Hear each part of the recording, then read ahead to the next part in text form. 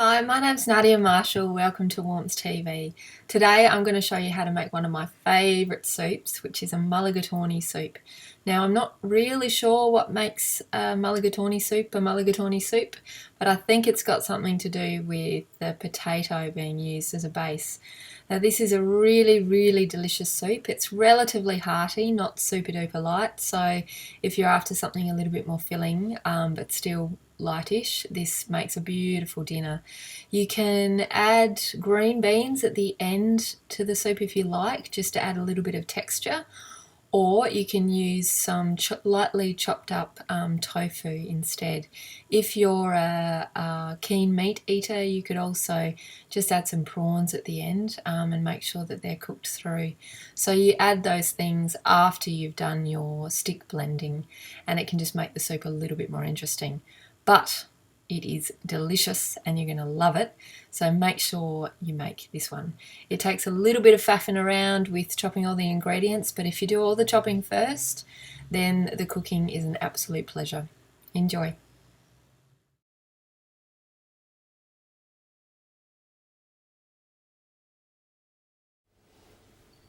So there's our lovely recipe, and here are our ingredients: some onion, potato, carrot, tomato, capsicum, ghee, coriander seed, turmeric, desiccated coconut milk, and chickpeas.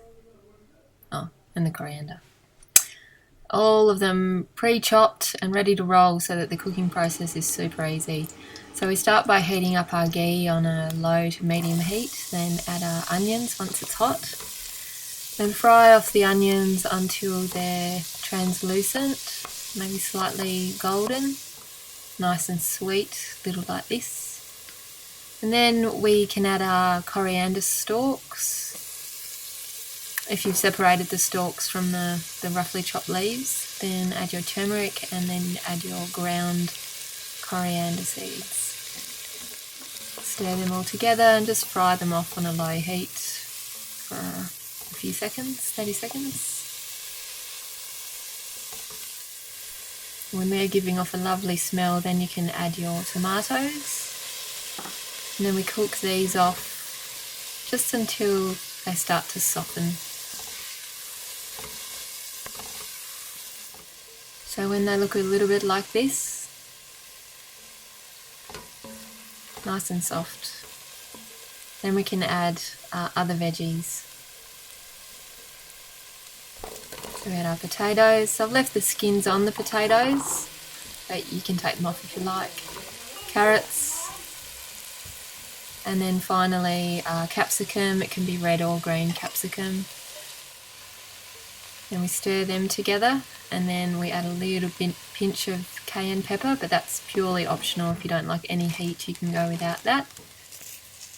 And then a little bit of salt, and this will just help draw out the water from the veggies while you're frying them off, which will make sure they don't stick on the bottom of the pan too much. So then we fry that, give it a good stir,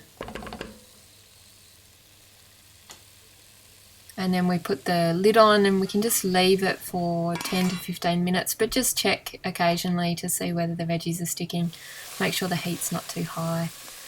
So when you're starting to get a little bit of stickage on the bottom of the pan, when the veggies are starting to caramelise a little bit and you've drawn out the flavour beautifully, then you can add your boiling water. About 5 to 6 cups. It says 4 to 5 in the recipe, but I'm trying to make a lighter soup, so I've just added a bit more water. Bring it to the boil and pop the lid on, half covered.